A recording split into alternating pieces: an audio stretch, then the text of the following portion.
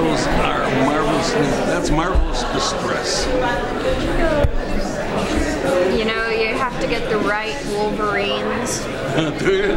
Yes. I didn't even know they were making that. Yeah. You can see the plates. I've never seen that. They were savaged by very artistic Wolverines. Yeah. I'm just trying to imagine what Like guys in Texas. I know, right? Like I have honestly orgies at here. My dad's always went to the pop. Yeah, that's right. The Because he real would have his At least this keys is a in the symmetric. pockets. And in the back And at where the your knees. wallet I is. wear mine out at the knees. They go with You the didn't wear these. No, I did not. I bought them recently. And they're now my favorite. I'd have to know what you were doing. I know. I'm telling you, they were savaged by Wolverines. Good story. By dresser drawer Wolverines. Yeah. With a denim fetish. They're all over the place. They are. They're a particular scourge.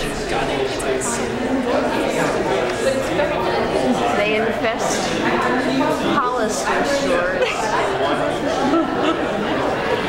Now you're getting arcane.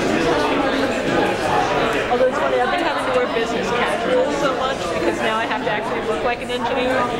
Like How do you do that? it's harder for a woman, right? A guy can wear a polo shirt and khakis and is good anywhere. Yeah. I have to do something a little bit different. Is it not the same? There's no equivalent, and I literally No, I've read articles about this. There's no equivalent. You can wear a polo shirt with khakis. No, they No? don't sell them. Polo shirts, yes. Khakis, no. No, why not? No, I have no idea. I mean, it's a little butch. Maybe I need to look into that. If you want to look really sexy. Black ones. What I usually do gray or black slacks, kind of not quite as nice as what you're wearing, but gray or black slacks. Yeah. And then I usually, with engineering, you have to go with a solid color. You can't do patterns. I like solid. But I do a blouse. I do a button-up blouse, but not a fancy. But that's the thing. Button not up a all the fancy way? one.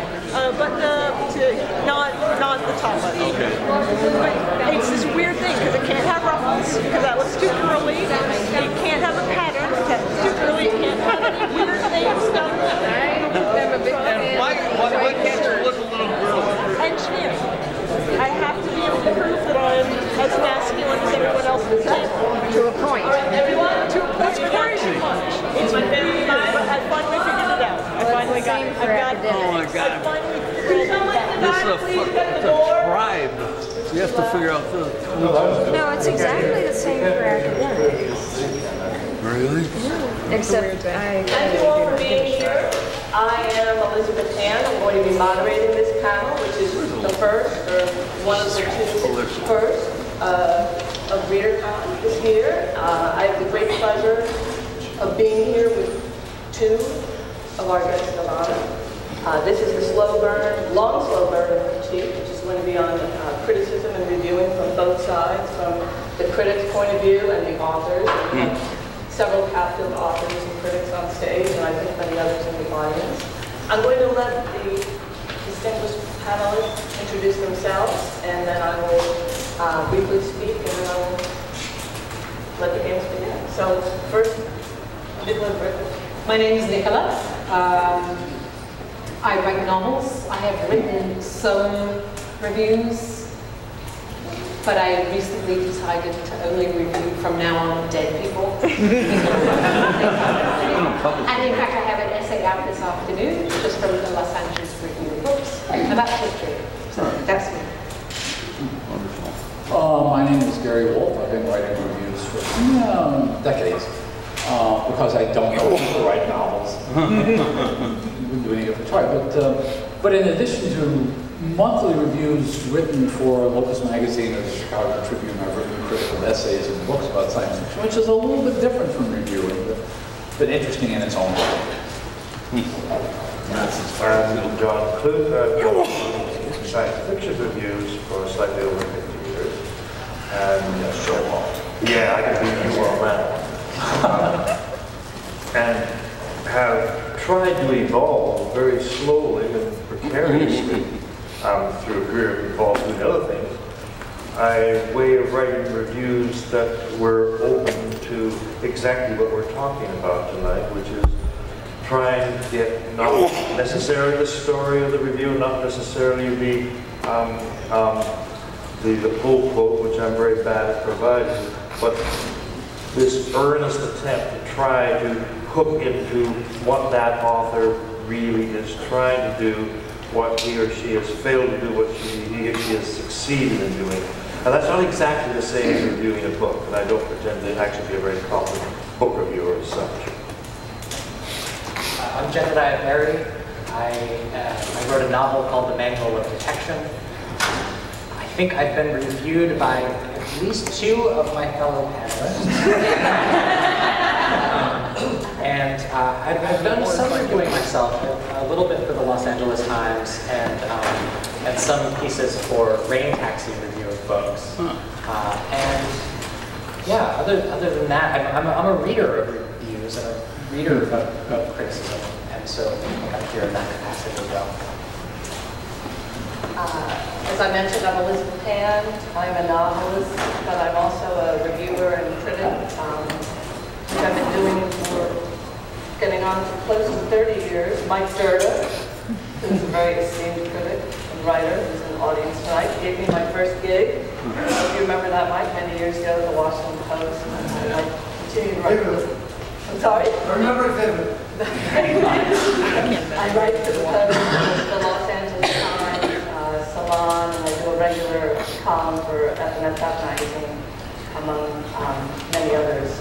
But it's interesting because so many people here on the panel have done both fiction writing and criticism and reviewing. I'm just curious how many people in the audience here have done one or the other, just a show of hands. Okay. You're not going to see that in too many other places. Just wanted to bring that up. I feel some water. I'm not going to really talk too much on this myself. I'm working with the other panelists speak, but I do want to say the two dictums that I've taken to heart as a reviewer over the years, what I've gleaned from reading many of the people in this audience whose work I esteem, but Fred Exley, the author of The Fan's Notes, in The Fan's Notes, he had a great line about how every Sunday he would sit down at the New York Times book review, and what he was always looking for in a book reviewer was for somebody to be fair and funny and kind. And I think that that's something that's very important for reviewers, and I think it's something that certainly the reviewers whose work I love and admire the most, which doesn't mean they can get the knives out when necessary, tend to hew to that. And as a writer who has been reviewed, and not always positively, I've tried to keep Martin Amos's words in mind, which he wrote that a bad review may ruin my breakfast, but never my dinner. So I'm going to start with Nicola, because it says here that you can still quote chunks of the Locust Review of Ammonite. And could you do that for us here now? Actually, I was thinking about that the other day. I was thinking, oh, fuck, I've forgotten what you said. I can remember the general tone, but I couldn't find a review. This was before anything from Lucas was online. So 1993, should I name the reviewer? You can, as long as and it wasn't me. A long time ago, a man called Dan Chow wrote a review of Ammonite. He liked the book, but he said that, this is just to set in context for those who haven't read Ammonite, it's a planet only of women. The virus has killed all the men. And the point of the book was to show that women are human beings in of and by themselves. They don't, not in relation to men or their children or their mothers or their sisters, but in and of themselves. And so I wrote this whole novel whose purpose was to do this one thing, apart from telling the story. And he said, great book, wonderful, exciting adventure. But, you know, just imagine how much more powerful it would have been if Mark, the main character, had had a brother. So I banged on the table a bit at home and ranted to my friend. And he wrote a letter to me using some of my words. This was before I started. Yes. I'm looking at you because you actually reviewed. Yeah, I mean, it's like saying The Call of the Wild would be better with a cat.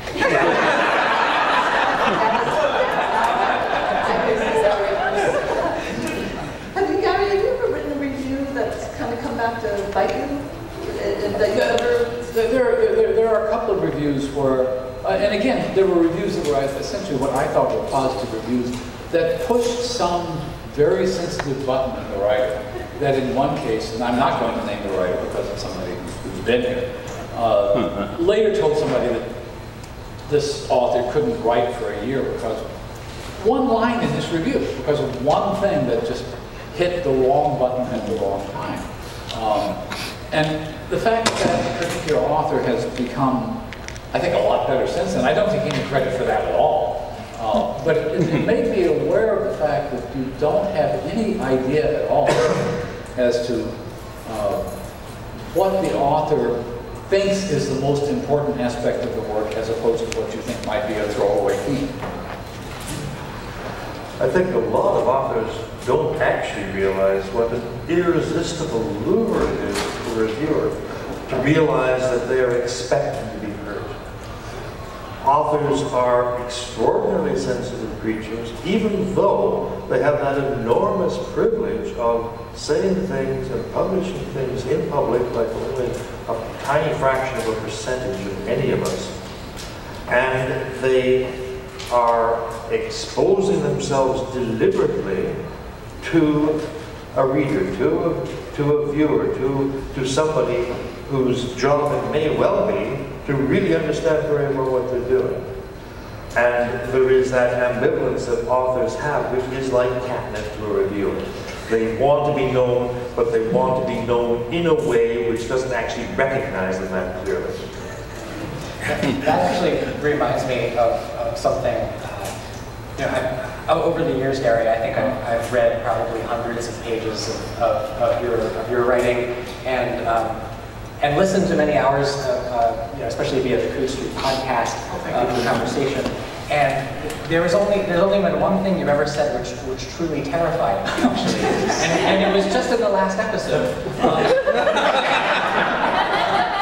You said, my retirement. I apologize. No, but you said that you look back at some of your reviews from a long time ago, and you don't even remember the titles of these books. They're coming back to you after all this time. But that really, I mean, to speak to what you were just saying, John, I think that the possibility of being utterly ignored is really the only thing authors should probably be sensitive about, I suppose.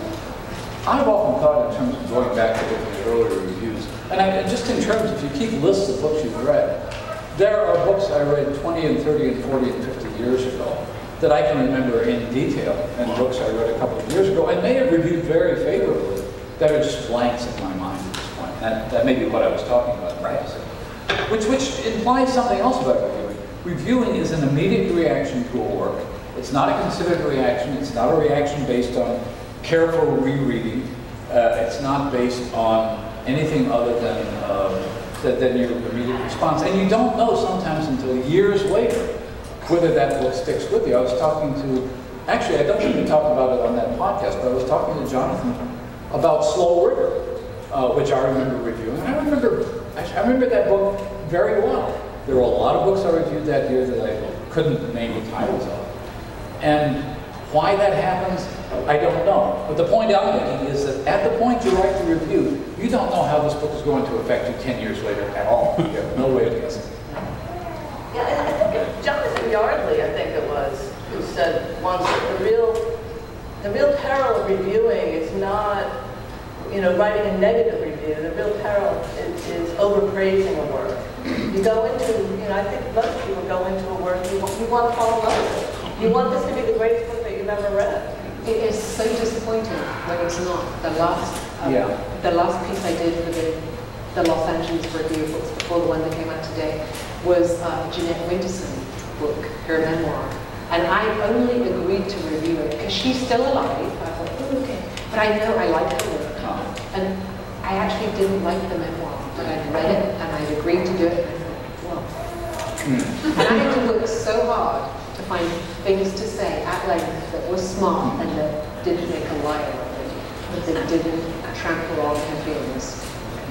It was really hard.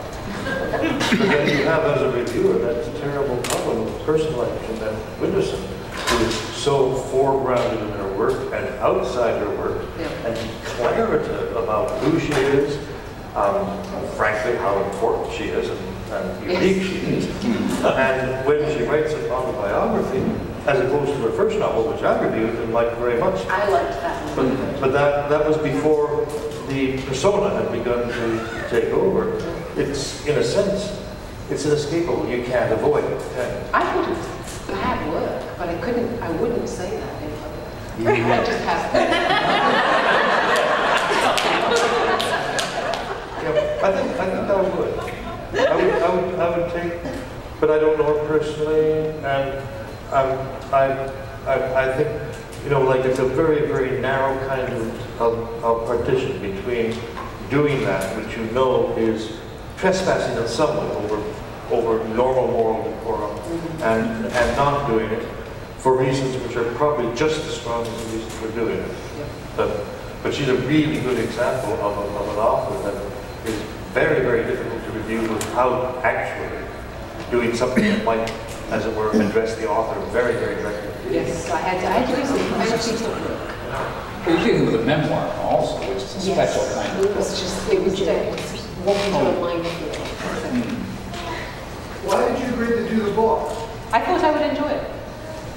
But once you agreed to do it, shouldn't you be honest about it and you didn't like it?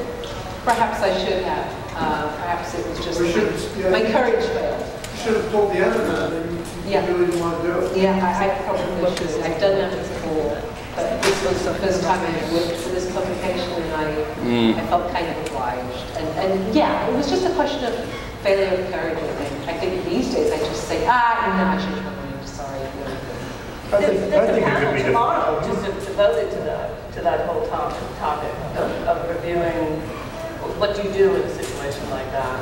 So, but I think it can be defended from a failure of courage when it is actually a memoir as opposed to a piece of fiction. I think that's true. It's really you have to make a pretty complicated, sensitive decision as you go through, and in terms of the context of who you're writing for, etc., which is no easy answer at all, I would find. No, it's not. Jen, how conscious are you of the writer's feelings or background when you're reviewing something? Well, these days I spend more time teaching and to some extent editing than I do reviewing, and I guess I've approached my reviewing something like the way I've approached my teaching, where I'm really looking for that question of intent and writing to that as best as I'm able. And you know, the editorial process is always so much about kind of some process of entrainment, trying to really get there on the page with the author. And my goal in reviewing is that, and also I would say first and foremost is to talk to the broader conversation that this book might present itself to. I mean, as a reader of reviews, I love when a review doesn't necessarily jump straight to the work, but asks questions, talks about a broader context, and just as an intellectual exercise. I think those can be fascinating. Those, I guess, of the reviews I've read of my own work, I really value that because it becomes then something I get to continue to think about, in a productive way. So, have you found that are there good, bad reviews? Are there good, do you get a negative review of your work? Because we all know there's no bad, good reviews. That doesn't true. I'm trying to think of a review that I'm grateful for, but that I hated at the time. And it was, I forget what it was, it's some southern newspaper, it was a daily. Back in the day when dailies still reviewed books.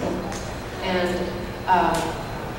the guy liked the book generally, but he hated this one part. And he hated one particular sentence, which I put in very late in the book, and I looked at it and he was right. And I thought, yep, that's a cliche. I have worked so hard in the whole book, in all my books, to not ever write cliche in any way. Thanks, Chip, for that, because it's down to you. So no cliches, but this, it was a late edition. I had realized I had forgotten the whole thread in the book, and I'd done this whole rewrite and included it was a hurry, right? And I included something that was kind of purple prose, and he pointed it out, and I hated it for about 5 minutes. And then I thought, no, you've done me a favor. I will never do that again. I don't care how many times I rewrite a book. There will be no cliches. There will be no purple. Jen, have you had a novelist? Have you had that experience? I had a review which, I admit, it still rankles me. But it has, I'm grateful to it because it has prompted me to think about a kind of a separate issue more broadly. Well, okay, so when my book came out, I was very happy to see that it got reviewed by The New Yorker, which was a surprise and very exciting. And it was actually a very positive review, but right in the middle was this one line that said, "It's disappointing," and I can't quote it. It's disappointing when the novel reveals itself as a September 11th allegory, which that came as a complete shock to me. I had no idea I had written a 9/11 allegory. And so, but as much as that troubles me, and occasionally I think about it too in my writing now, not when I'm writing, but when I think about the novel I'm working on and you know, what it might look like. Could this be mistaken as an allegory? But it did prompt a lot of thought on my part about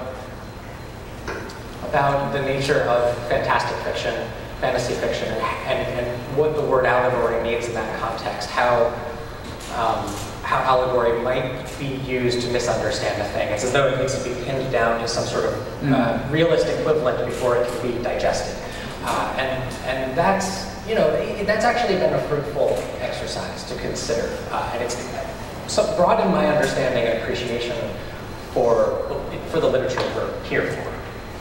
Well, and part of that is there's a whole history of fantasy writers expressing wounded outrage at being called allegorists, from George MacDonald to David Lindsay to C.S. Lewis. And I think one of the problems that anybody writing fantastic literature comes up against is a certain kind of reviewer steeped in realistic motives, who believe that, you know, the only way to write fantasy is to write allegory, and therefore they try to fit something into a predetermined conversation that they have. And what I thought you said earlier that was fascinating is the question of which conversation or conversations is this work a part of?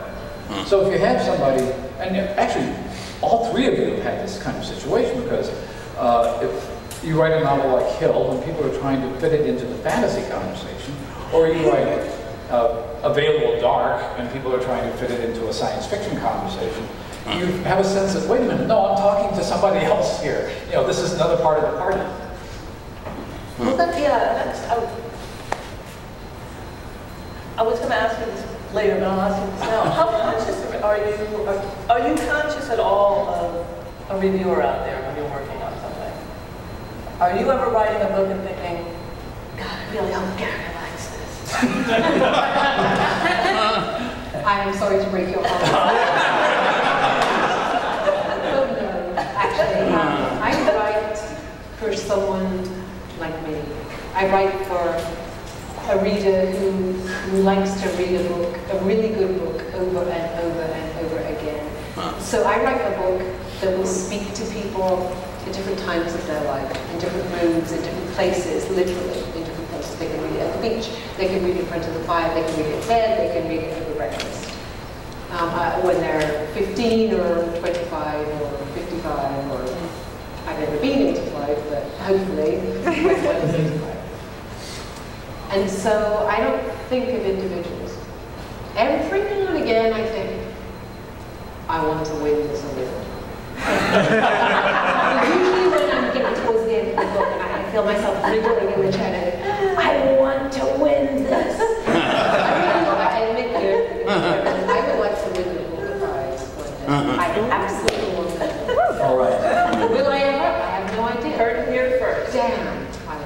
So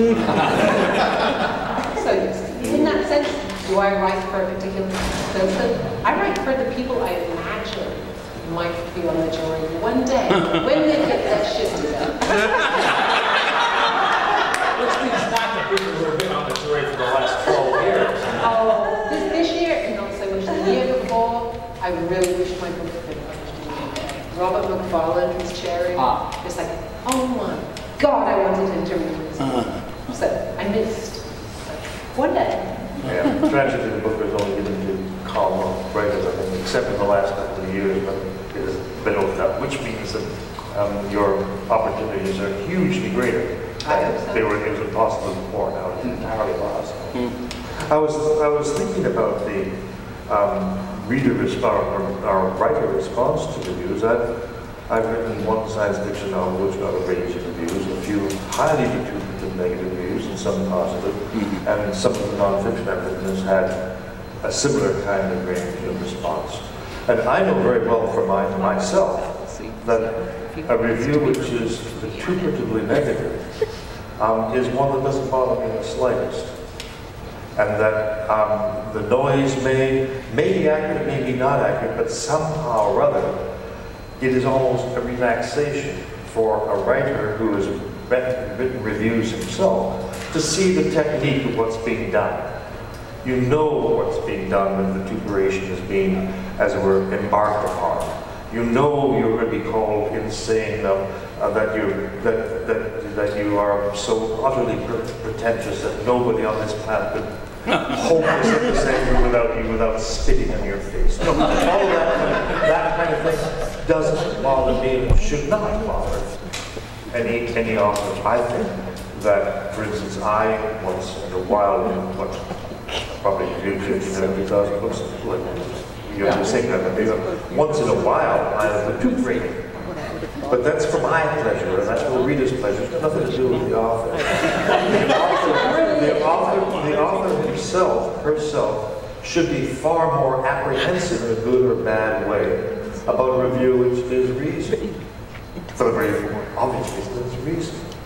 A review that starts with a sense that there is going to be something sinuous happen, and in the coils of that sinuosity, I'm going to get trapped.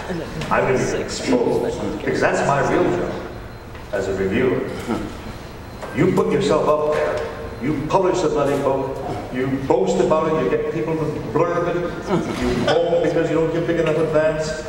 You've got to live with the fact that somebody's going to work out what you're doing and tell the world.